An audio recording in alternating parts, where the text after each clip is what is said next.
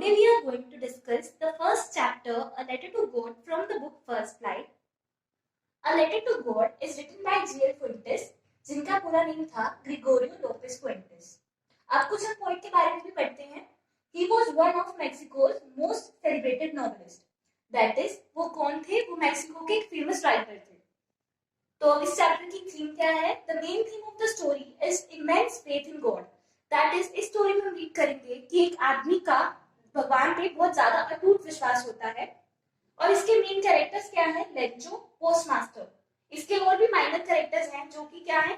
उसकी वाइफ, उसके बच्चे और postman. That's it. So, first of all, I'd like to give an overview of the chapter so that you people get an idea of the chapter.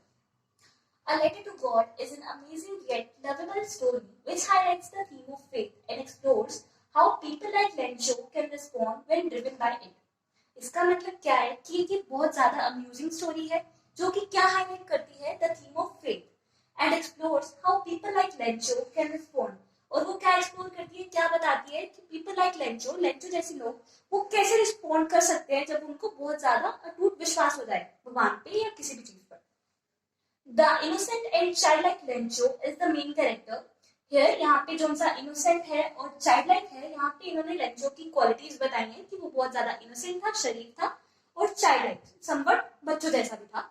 Lencho is the main character जो कि main character है हमारी story का, who decides to write a letter to God in order to ask for money। जो कि क्या decide करता है? गॉड से पैसे लेने के लिए वो गॉड को एक लेटर लिखता है टू टाइड हिम ओवर। यहाँ पे इन्होंने एक फ्रेज यूज किया है जो कि आपको बहुत हेल्प करेगा अपनी आपकी वोकैब बढ़ाने में। टू टाइड हिम ओवर, यहाँ पे इसका मीनिंग है to help him, so that God उसकी हेल्प करे। वो तभी गॉड को लेटर लिखता है। Since a severe hailstorm had devastated his crops, क्योंकि उसके क्रॉप डिस्ट्रॉय हो गए थे क्योंकि हेयरस्टॉर्म आया था। Devastated meaning destroyed. This is a story of surprising twist. ये स्टोरी कैसी है कि इसमें बहुत सारे ट्विस्ट एंड टर्न्स आते हैं।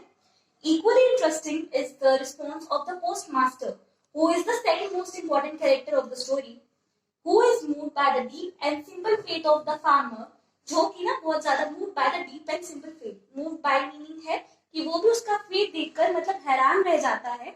Of the farmer, farmer यहाँ पे कौन है? Lencho. And arranges some money for him, और वो क्या करता है? अरेंज करता है उसके लिए some money by way of donations from the employees, जो कि उसके एम्प्लॉयज होते हैं पोस्ट ऑफिस में, उनसे वो मनी कलेक्ट करता है by the way of donations collect करता है।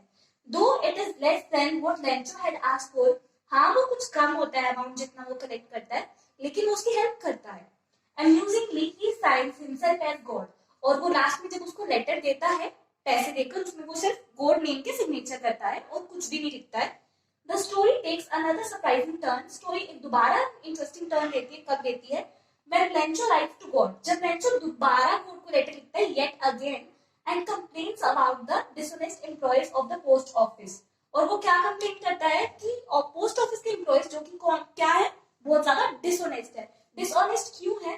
क्योंकि वो ये एज्यूम करता है क्योंकि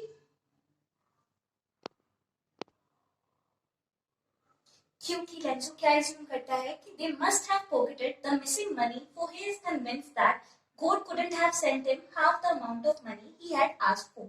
अब यहाँ पे लेंचो क्या एज्यूम कर लेता है कि जोन से उसके पास पैसे कम पहुंचे हैं कि वो ना उन्हीं पोस्ट ऑफिस में उनके एम्प्लॉयज ने चुरा लिए होंगे, तो इसीलिए वो ये कन्विंस हो जाता है कि भगवान तो उसके साथ ऐसा कर नहीं सकते, लेकिन उन्होंने ही चुरा लिए होंगे।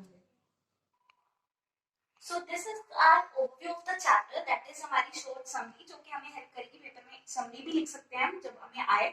और अब हम पूरा चैप्टर पढ़ेंगे line by line.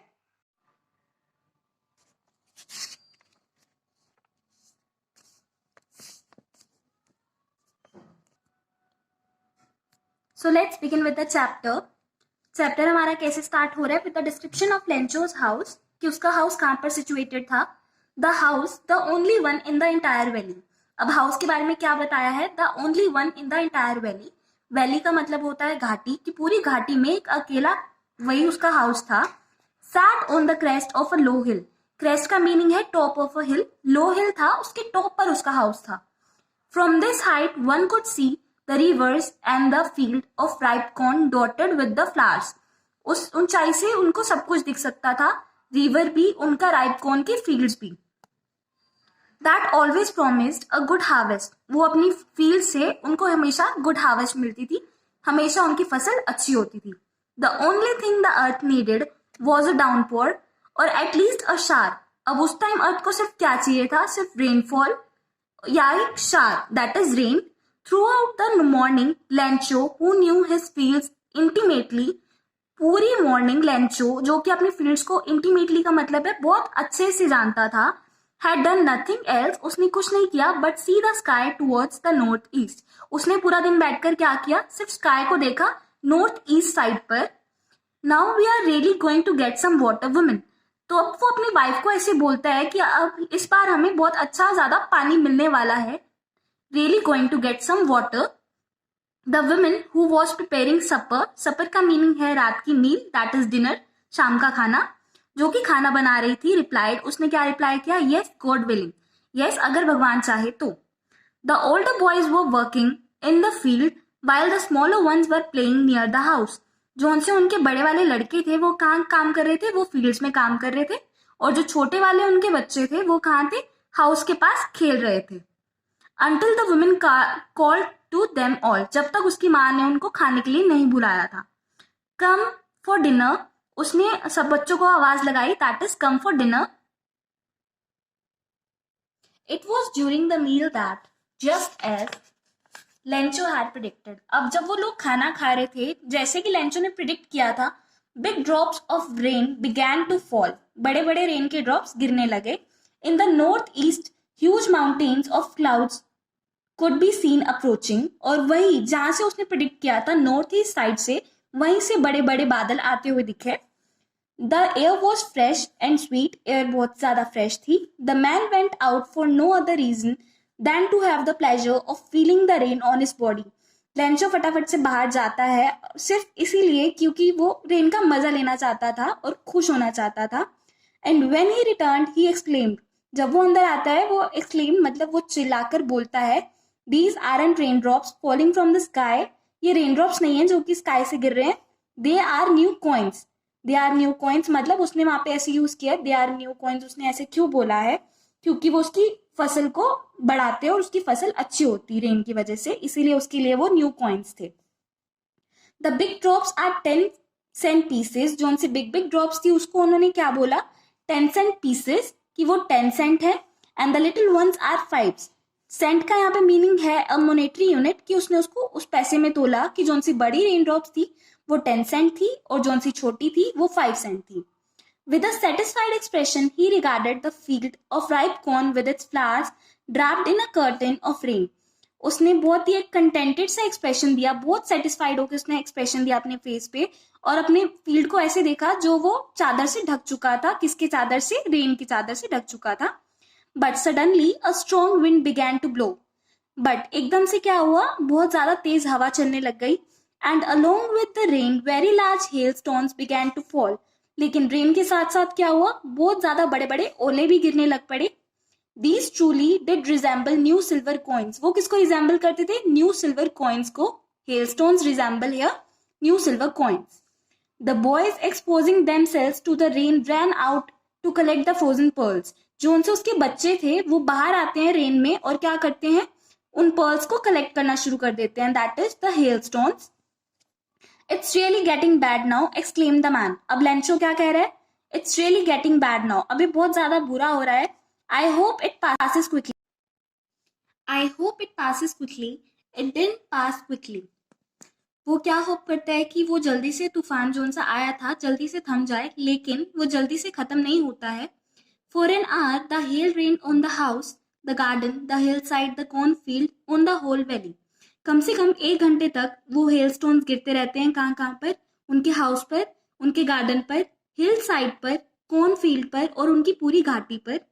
The field was white, field पूरा वाइट हो चुका था, as if covered with salt, ऐसा लग रहा था मानो कि उसमें पूरी सॉल्ट की चादर ढक गई हो। Note a leaf remained on the trees, trees पर एक भी लीफ नहीं बची थी। The corn was totally destroyed, corn का जो सा उनका फील्ड्स थे पूरे के पूरे डिस्ट्रॉय हो चुके थे। The flowers were gone from the plants, जो उनसे फ्लावर्स थे प्लांट्स के ऊपर वो भी नहीं बचे थे, वो भी जा चुके थे। Lencho soul was filled with sadness. उस टाइम लेंचो बहुत ज्यादा ही सैड हो गया था। When the storms had passed, he stood in the middle of the field and said to his sons, जब स्टॉर्म खत्म हुआ वो अपने फील्ड के बीच में जाकर खड़ा हुआ और उसने अपने बेटों से कहा, A plague of locusts would have left more than this। तो अब वो अपने बच्चों से कहता है कि इससे ज्यादा तो अगर कोई इंसेक्ट भी आता हमारे फील्ड पे तब भी हमारी क्रॉप्स इतनी डैमेज नहीं होती, कुछ कुछ बच जाता, लेकिन the hell has left nothing. लेकिन जो सी हेल स्टोन्स गिरे हैं उसने कुछ भी नहीं छोड़ा है। This year we will have no corn. इस साल हमारे पास बिल्कुल भी कॉर्न नहीं होंगे। That night was a sorrowful one. जोन सी वो रात बीती वो बहुत ही दुखनायक थी उनके लिए। All our work for nothing, there is no one who can help us. अब वो बहुत ज्यादा सैड होकर ऐसे कहता है कि अब कोई भी नहीं है जो हमारी हेल्प कर सके। We all go hungry this year. But in the hearts of all who lived in that solitary house in the middle of the valley, there was a single hope, help from God. अब वहां पे but in the hearts, अब उनके दिल में क्या आया, जो कि सॉलिटरी का मीनिंग है लोनली, एक लोनली सी प्लेस पर रहते थे, अकेली घाटी पर रहते थे। In the middle of the valley there was a single hope, उनके दिल में सिर्फ एक ही आशा आई। वो आशा क्या थी? हेल्प फ्रॉम गॉड, कि गॉड ही अब हमारी हेल्प करेंगे। Don't be so upset even though this seems like a total loss. अब वो अपने मन को कैसे तसल्ली दे रहा है? डोंट बी सो अपसेट, हमें इतना ज्यादा परेशान नहीं होना चाहिए। Even though this seems like a total loss, मानते हैं कि कुछ ज्यादा ही लॉस हो चुका है। Remember no one dies of hunger, फिर वो ये भी कहता है कि कोई भूख से नहीं मरता है। दैट्स व्हाट दे से, वो यही कहते हैं, no one dies of hunger, कि भूख से कोई नहीं मरता है। ऑल थ्रू द नाइट, पूरी रात, Lencho thought only of his one hope, Lencho पूरी रात अपनी इसी आशा के बारे में सोचता रहा, जो कि क्या थी? Help from God, whose eyes, as he had been instructed, see everything, even what is deep in one's conscience। जैसा कि उसको लगता था कि भगवान एक इंसान के अंदर मन को भी पढ़ लेते हैं। इनर कॉन्साइंस का यहाँ पे यही मतलब है कि इंसान के अंदर क्या चल रहा है। Lencho was an ox of a man, ox of a man का मीनिंग होता है he was very hard working, like an animal in the fields, वो बहुत ज्यादा हार्डवर्क करता था अपनी फील्ड्स में, like the animals. But still he knew how to write, लेकिन उसको लिखना भी आता था। द फॉलोइंग संडे, जो कि संडे आने वाला था, एट डे ब्रेक, दिन शुरू होते ही begin to write a letter, उसने एक लेटर लिखना शुरू किया, which he himself would carry to the town, जो कि वो खुद टाउन लेकर जाता था, गया, and place in the mail, जो कि उसने मेल में डाला। It was nothing less than a letter to God, वो क्या था? एक लेटर टू गॉड, जो कि उसने भगवान को लिखा पैसों के लिए। गॉड ही रोट, उसने ऐसे लिखा गॉड, उसने गॉड से स्टार्ट किया। If you don't help me my family and I will go hungry this year, अगर इस बार आप हमारी हेल्प नहीं करेंगे तो मेरी फैमिली और मैं इस बार भूख से मर जाएंगे।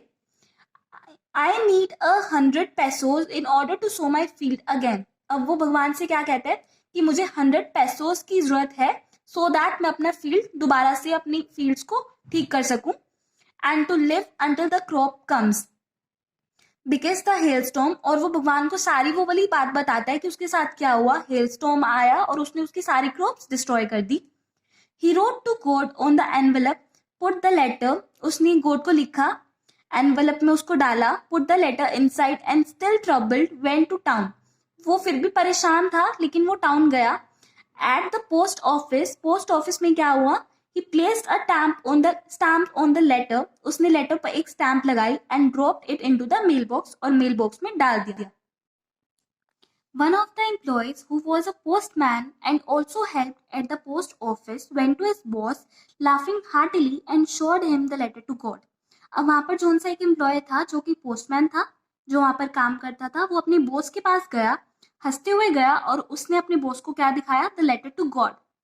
Never in his career as a postman had he known that address, उसने अपने पूरे करियर में वैसा एड्रेस नहीं देखा था। The post master, a fat amiable fellow. अब यहाँ पर उन्होंने पोस्ट मास्टर की भी डिस्क्रिप्शन दी है, जो कि फैट एमिएबल, एमिएबल का मीनिंग है फ्रेंडली, बहुत ज्यादा फ्रेंडली इंसान था। ऑल्सो ब्रोक आउट लाफिंग, वो भी हंस पड़ा, but almost immediately he turn serious, लेकिन वो एकदम से सीरियस हो गया।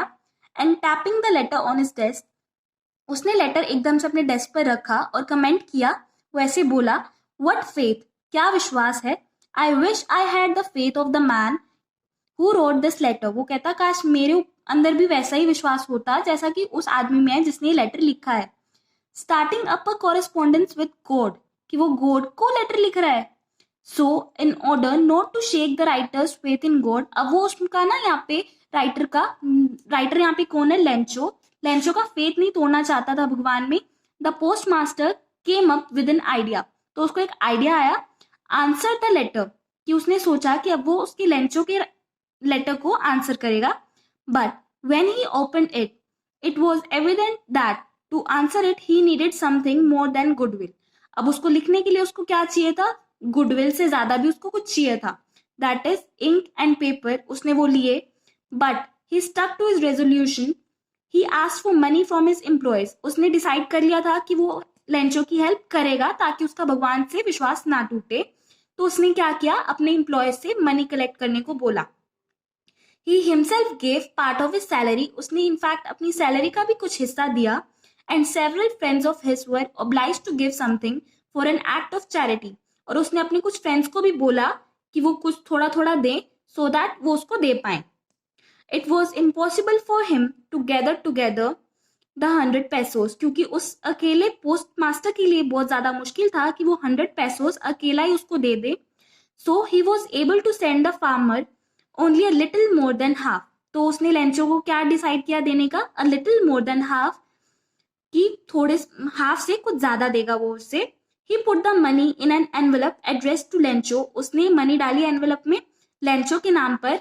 And with it a letter containing only a single word as a signature, God, और उसने लेटर में सिर्फ क्या किस चीज के साइन किए, सिर्फ गॉड के उसने साइन किए और कुछ भी नहीं लिखा, और मनी डाल दी। The following Sunday, Lencho came a bit earlier than usual to ask if there was a letter for him. अब अगले संडे लेंचो वहां पर पोस्ट ऑफिस जाता है, कुछ ज्यादा जल्दी चला जाता है पूछने के लिए कि उसके लिए कोई लेटर आया है या नहीं।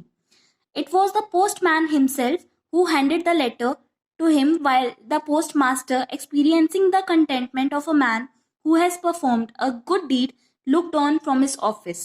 वो पोस्टमैन उसको लेटर खुद से देता है, लेकिन पोस्टमास्टर भी दूर से खड़ा होकर देख रहा होता है कि उसने एक बहुत अच्छा काम किया है। Lencho showed not the slightest surprise on seeing the money.